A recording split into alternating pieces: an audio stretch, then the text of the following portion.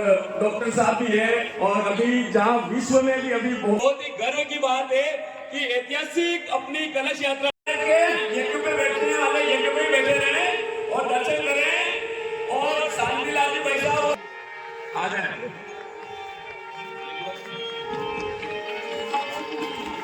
कपासन की धरती पे आदरणीय चिन्मय जी पैसा बना गए हैं और भी दर्शन करके ही हम धन्य हो गए। ये कपासन की धरती का सौभाग्य है और हमारे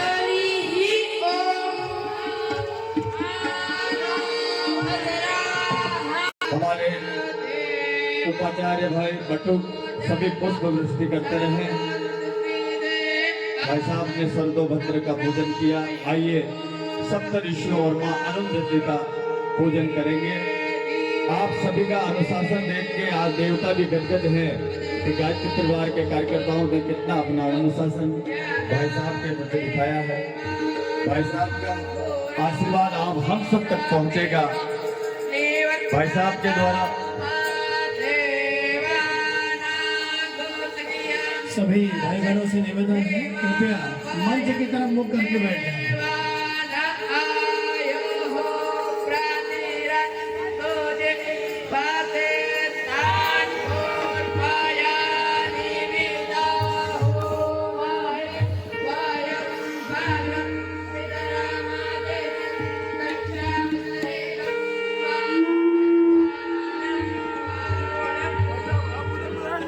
बोले परम पूज्य गुरुदेव की। ईश्वर गुरु साक्षात परब्रह्म तस्मै श्री पितृवत् मार्गदर्शिका नमोस्तु गुरु सत्ताय श्रद्धा प्रज्ञायुताचय। सभी भाई बहनों से निवेदन है, कृपया अपना वापस आ जाती है। यदि व्यक्ति दूसरे को प्रेम देने लगता है तो उसका अपना प्रेम वापस आ जाता है। हम दूसरे को खुशियां देने लगते हैं, हमारी अपनी खुशियां वापस आ जाती है। जब भगवान गीता में बोलते हैं यज्ञात् भवन्ति भूतानि पर्जन्यात् धर्म संभव, यज्ञात् भवन्ति पर्जन्य यज्ञ कर्म समुद्भव, तो उसका अर्थ क्या यही तो है। भगवान कह रहे हैं अर्जुन से कि अर्जुन दो तरह के यज्ञ चल रहे हैं। एक यज्ञ तो तेरे शरीर के अंदर चल रहा है और एक यज्ञ जो है बाहर सृष्टि के अंदर चल रहा है। शरीर के अंदर कौन सा यज्ञ चल रहा है?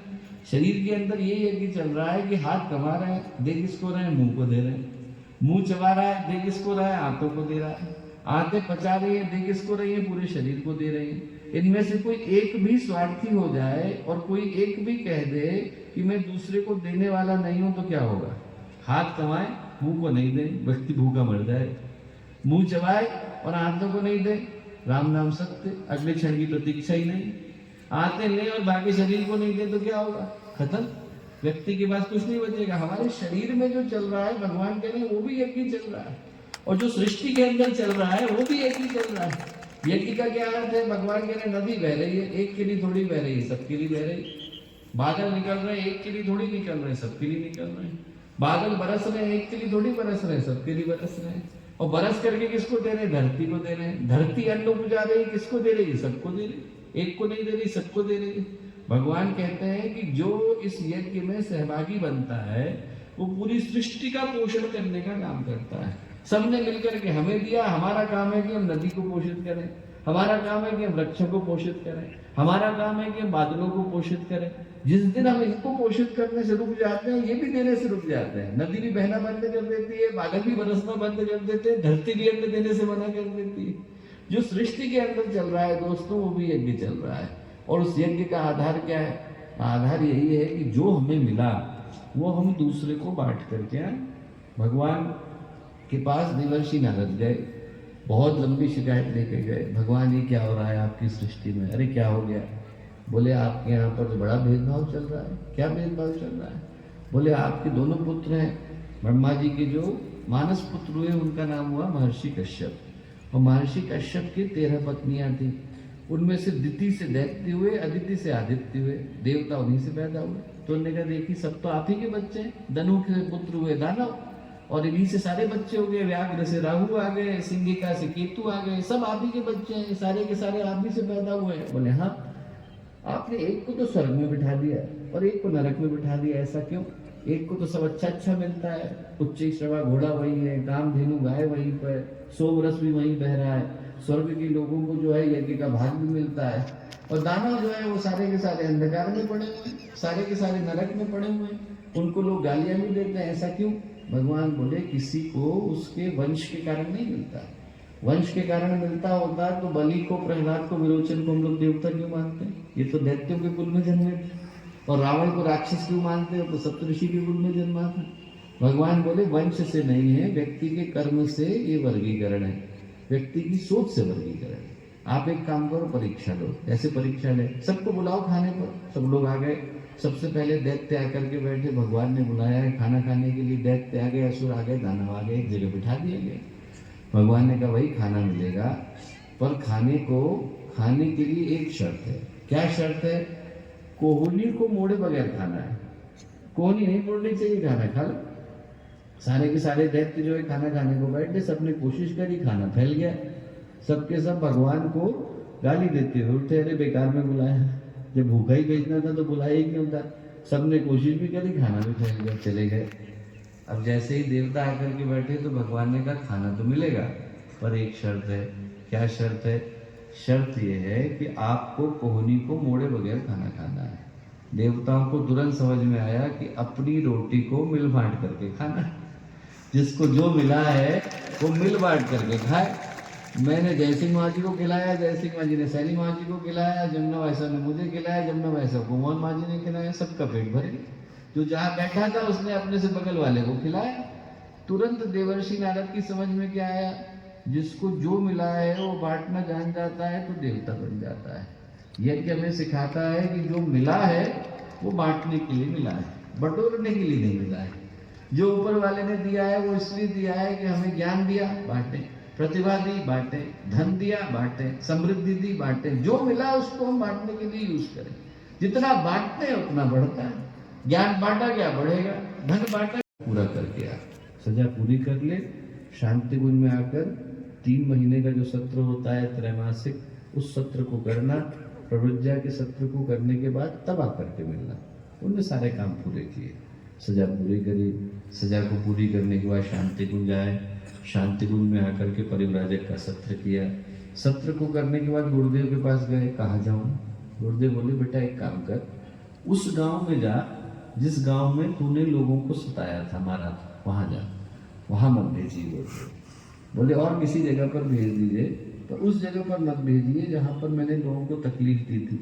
गुरुदेव बोले बेटा जब अंगुलीमाल भिक्षु बना तो भगवान बुद्ध ने सबसे पहले उसको भिक्षा लेने के लिए उसी गांव में भेजा था जहां पर उसने लोगों की उंगलियां काटी थी। तो अच्छा इंसान बना, इसका प्रमाण तुझे उन लोगों की आंखों से मिलेगा जिसको तूने सताया था। गए वो, जैसे ही गए वहां पर उनका आतंक इतना था कि उनको देख करके लोग डर गए। फटाफट लोगों ने अखंड ज्योति की सदस्यता ले ली, अनुदान लेना शुरू करते। अब जैसे ले लिया, लेकर के गुरुदेव के पास आए, गुरुदेव इतने लोगों ने अनुदान लिया, इतने लोगों ने सदस्यता ली। गुरुदेव ने कहा कि तेरे को देख करके ली कि तेरे अंदर के डाकू को देख के ली? बोले डाकू को देख के ली होगी सर। गुरुदेव बोले उनको भरोसा तो दिला कि तो अच्छा इंसान बन गया। जैसे ही उनने निरंतर जाना शुरू किया, लोगों को धीरे धीरे करके भरोसा होना शुरू हुआ कि व्यक्ति सच में बदल गए। तो जो लोग उनसे डरा करते थे उनको देख करके हंसने लग गए। बोले देखो बाबा जी बन गया है, पीले कपड़े पहन करके घूमता है, कंधे पे झोला लटका लिया है, भगवान जाने क्या कर रहा है। उनके एक दोस्त थे, वो उनसे बोले कि भैया तुम गायत्री परिवार के कार्यकर्ता बन गए, तुम्हें क्या मिला?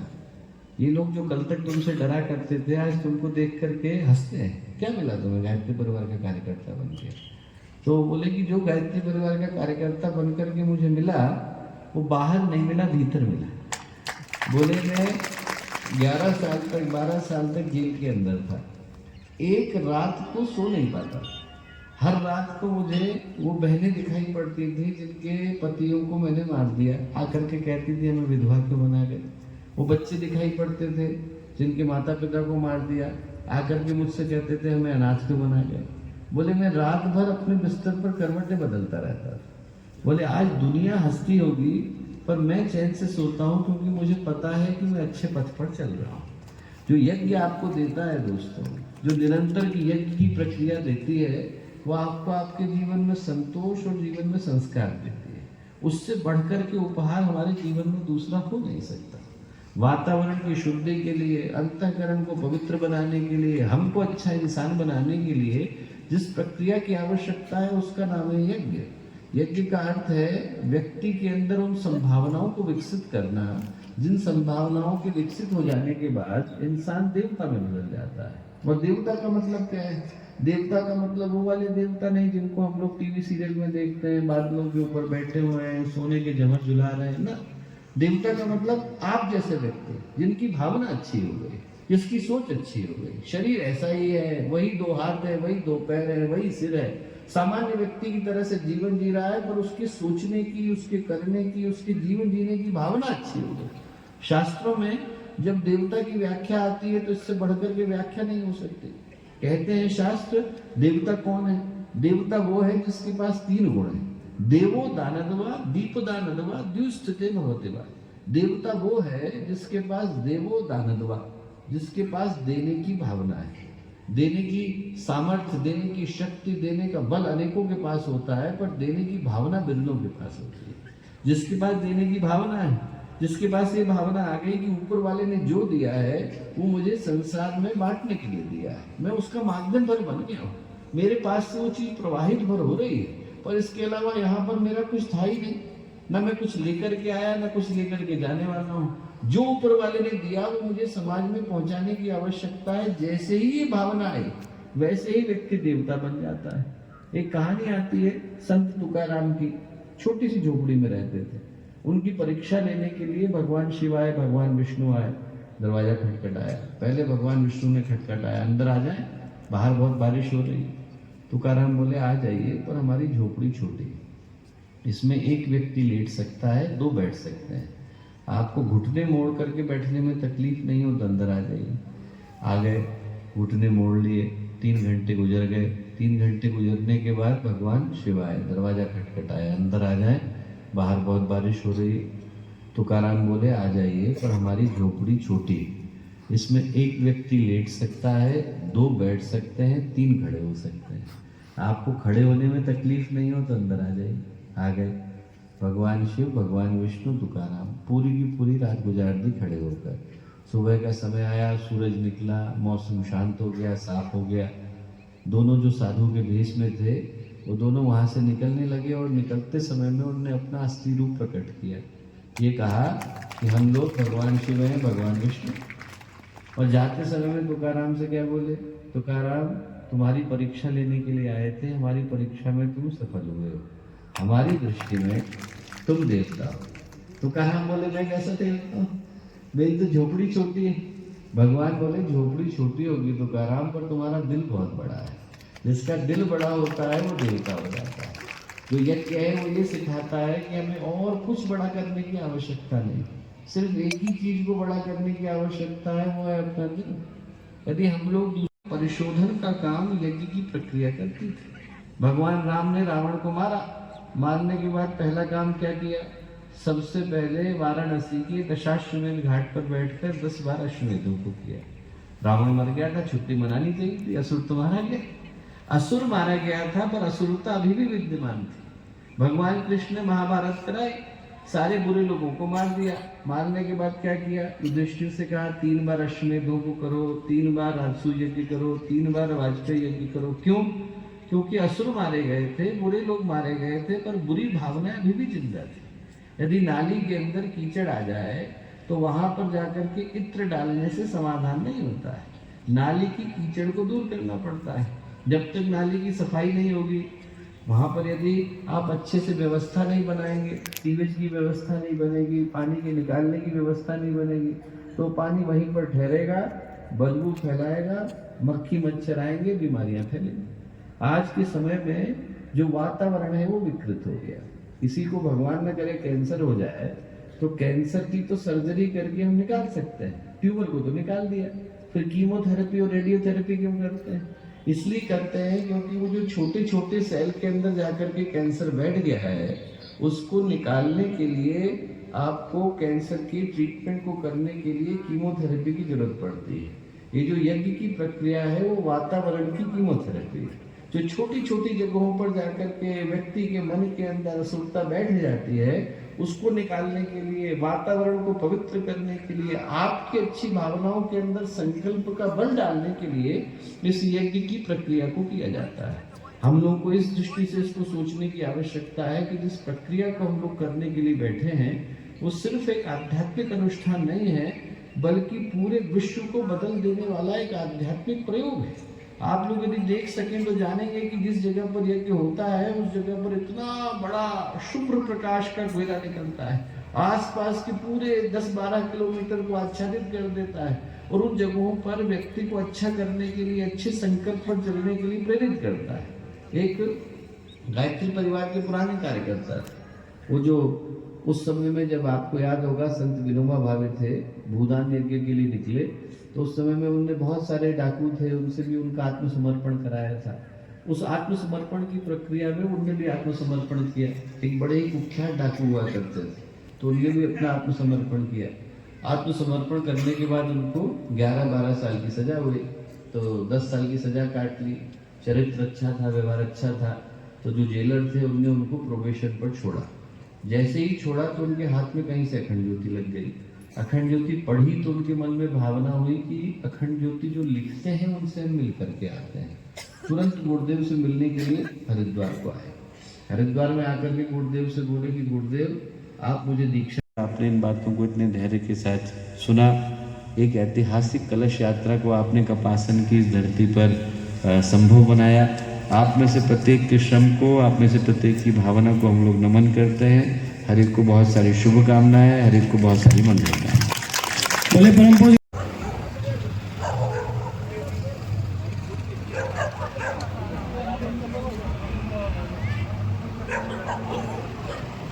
ठीक है।